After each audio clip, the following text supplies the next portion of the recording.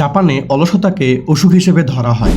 এই অলসতা দূর করার জন্য জাপানিজরা 5টা রুল ফলো করে। প্রথম রুল কাইজেন, মানে এমন ছোট কাজ দিয়ে শুরু করুন যে কাজটা আপনার করতে মন চাবে না, এমন হবে না। মানে এমন ছোট কাজ শুরু করবেন যে কাজটা আপনি অনায়াসে করে ফেলতে পারবেন, যে 1 মিনিটে একটা কাজ সলভ হয়ে যাবে। তাহলে হবে কি, আপনি কাজের মধ্যে ঢুকে যাবেন, তখন একটার পর একটা বড় কাজ করতে আপনার সুবিধা হবে।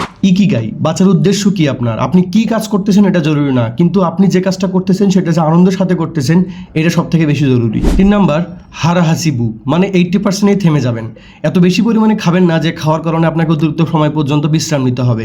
মানে 80% পর্যন্ত খাওয়া হয়ে গেলে খাওয়া বাদ দিয়ে দিবেন। 4 নাম্বার কিনসুগি মাইন্ডসেট, মানে ব্যর্থতা ভুল হবে এটার পিছনেই কিন্তু উন্নতি থাকে। ব্যর্থতা ভুলের পরে উন্নতি জীবনে আসে, কিন্তু অলসতা থাকে ব্যর্থতার পিছনে। যদি আপনি অলসতা ফলো করেন তাহলে আপনি ব্যর্থ হবেন, আর যদি আপনার ভুল হয়, আপনি যদি ব্যর্থ হন, তাহলে একটা সময় গিয়ে আপনি অবশ্যই সফল হবেন।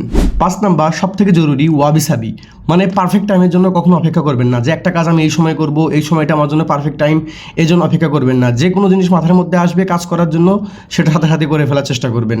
তাহলে আপনি দ্রুত সফল হতে পারবেন এবং অলসতা থেকে নিজেকে মুক্ত রাখতে পারবেন।